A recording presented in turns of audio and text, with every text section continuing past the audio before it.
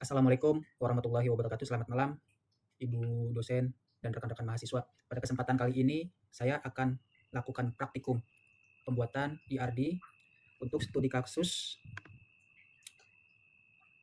ini ya. Studi kasus sebagai berikut. Pada sebuah perguruan tinggi, mahasiswa akan mengambil mata kuliah yang ditawarkan. Setiap mahasiswa minimal satu mata kuliah dalam satu semester dan dapat mengambil lebih dari satu mata kuliah. Setiap mata kuliah hanya bisa diajar oleh satu dosen dan setiap dosen mampu mengajar lebih dari satu mata kuliah.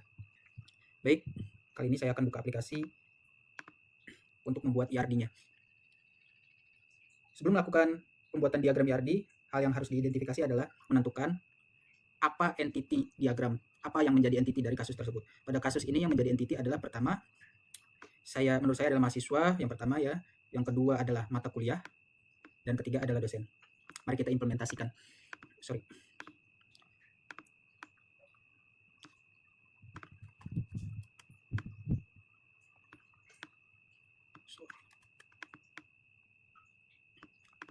Pertama adalah mahasiswa, kedua mata kuliah, yang ketiga dosen. Nah, di dalam modul setiap entity itu memiliki atribut. Nah, seperti entity mahasiswa, mata kuliah, dan dosen ini pasti memiliki atribut. Atribut yang paling dasar untuk mahasiswa menurut saya adalah nomor induk mahasiswa dan nama mahasiswa.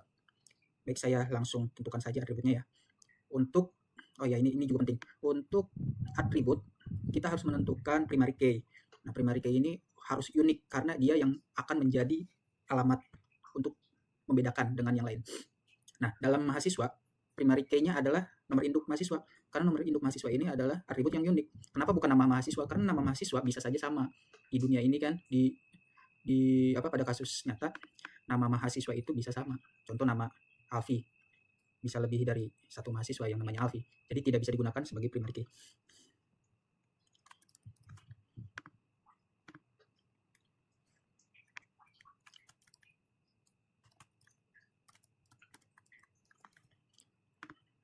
Lalu yang kedua, entitas kedua, mata kuliah memiliki atribut apa saja? Menurut saya mata kuliah itu ada dua atribut ya, paling dasar. Pertama adalah kode mata kuliah dan kedua nama mata kuliahnya itu. Nah, untuk primary key, saya yakin kode mata kuliah. Lalu untuk atribut yang biasa adalah nama mata kuliahnya. Kode mata kuliah. Di sini dosen. Selanjutnya entity dosen. Dosen juga minimal dua atribut ya. Yang pertama nomor induk dosen sebagai primary key, lalu yang kedua nama dosen. Ini paling basic, paling minimal. NID. Atribut nama dosen. Oke. Atribut dan entity sudah dibuat. Sekarang coba kita lihat itu kita harus membuat relasi. Jadi relasi antara mahasiswa dengan mata kuliah itu apa? Relasi antara dosen dan mata kuliah itu apa? Nah, relasi disimbolkan dengan ini. Istilahnya apa ya, ini jajar genjang atau belah ketupat. Nah, mahasiswa pasti meregistrasi mata kuliah. Saya akan kasih nama registrasi.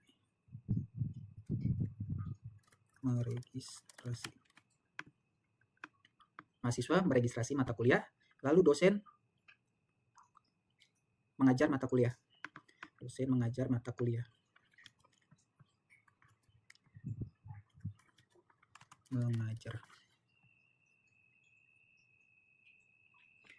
Nah, mungkin buat dulu hubungannya antara entity dengan atributnya. Saya buat hubungan dulu ya. Oke. hubungan, buat hubungan yang tidak spesifik ya.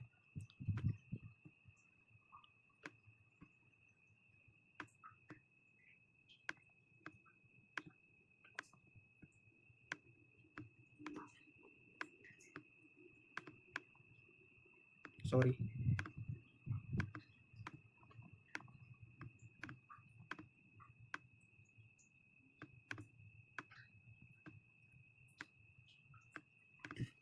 Nah, selanjutnya adalah menentukan kardinalitas. Oke, dari tabel ini jelas bahwa entiti mahasiswa, mata kuliah dan dosen terhubung ya, memiliki relasi sebagai berikut. Mahasiswa meregistrasi mata kuliah. Mata kuliah tentu diregistrasi oleh mahasiswa. Dosen mengajar mata kuliah. Mata kuliah diajar oleh dosen. Jadi akan seperti ini ya.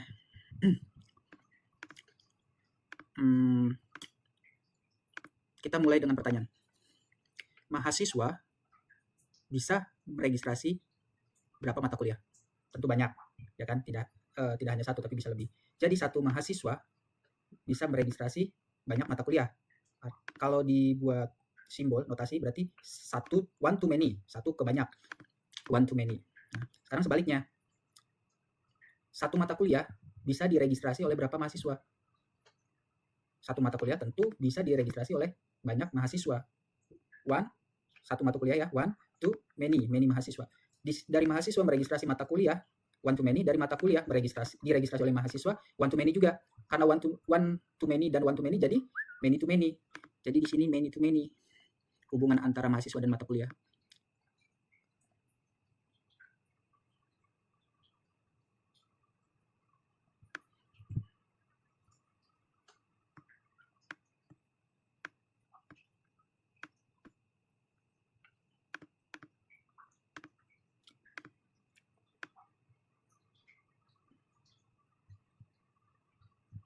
Many to many.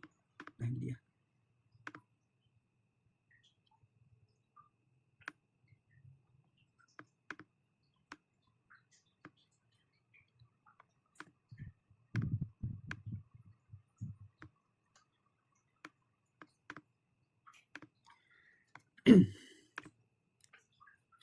Lalu selanjutnya adalah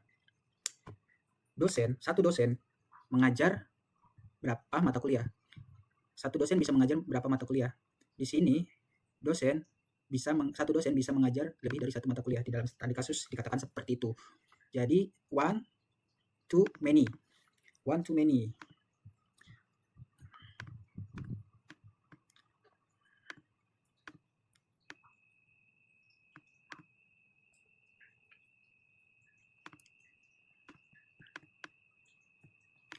Lalu satu mata kuliah itu hanya boleh diajar oleh satu dosen. Jadi satu mata kuliah hanya boleh diajar satu dosen, itu istilahnya adalah one to one.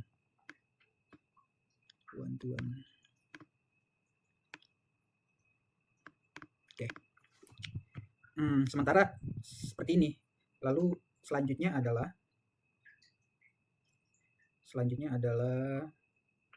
melengkapi himpunan entitas dan himpunan relasi dengan atribut-atribut deskriptif.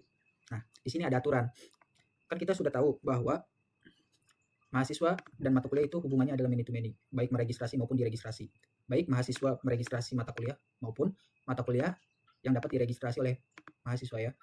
Jadi menurut aturan, ketika sebuah entitas memiliki hubungan banyak ke banyak, maka relasi tersebut otomatis membuat entitas baru ya. Membuat entitas baru dia dengan memiliki dua atribut primary key, di mana primary key mahasiswa dan primary key mata kuliah dijadikan satu. Kurang lebih seperti ini gambarnya. Oke, kita coba buat. Jadi dia akan membuat entitas baru. Kita harus membuat istilahnya, ini saya harusnya pakai relationship yang biasa ya. Harusnya saya pakai relationship yang biasa. Coba saya cut dulu, pindahkan ke sini.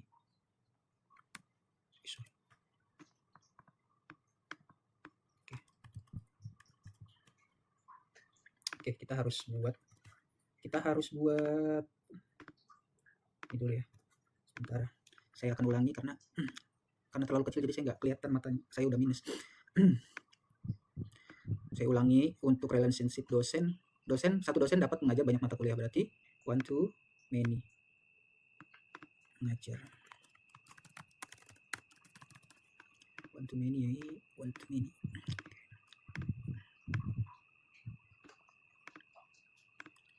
Lalu satu mata kuliah hanya bisa diampu oleh satu dosen. Jadi seperti inilah.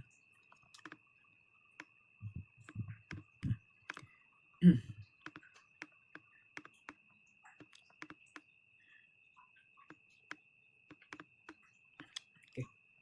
Tadi kita harus membuat entitas baru dan relasi baru. Mengajar dan diajar. Mengajar dan diajar. Di sini mengajar. Meregistrasi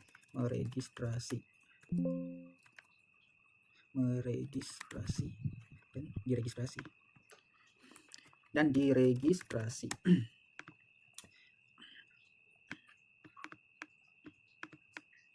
Entitas baru apa yang terbentuk? Entitas baru yang terbentuk adalah registrasi mata kuliah.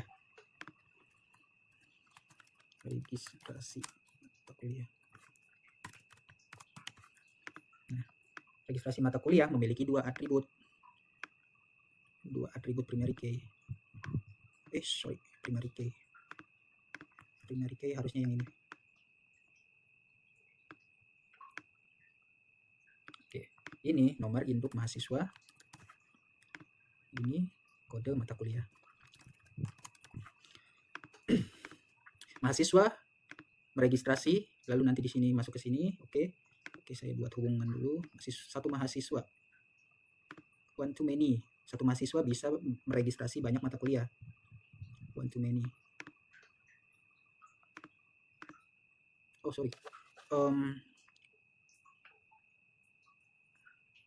Di sini ya.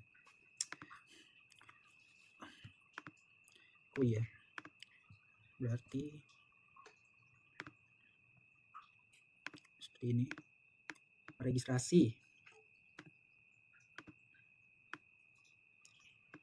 Satu mahasiswa meregistrasi, baru ketika relationship registrasi ke entity registrasi mata kuliahnya baru many. One to many. Sini many.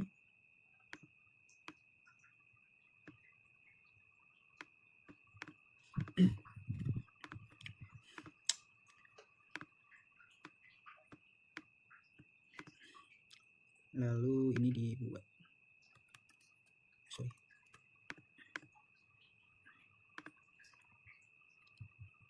Satu mata kuliah bisa diregistrasi.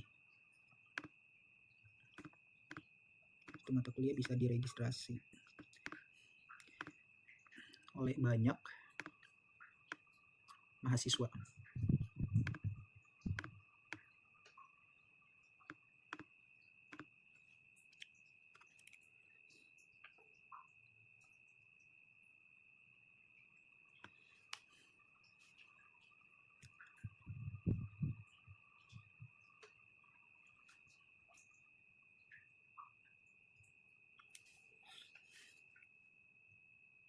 Ya, seperti ini gambar diagram IRD berdasarkan studi kasus dan pemahaman yang saya punya dari hasil membaca modul, melihat video, dan lain-lain.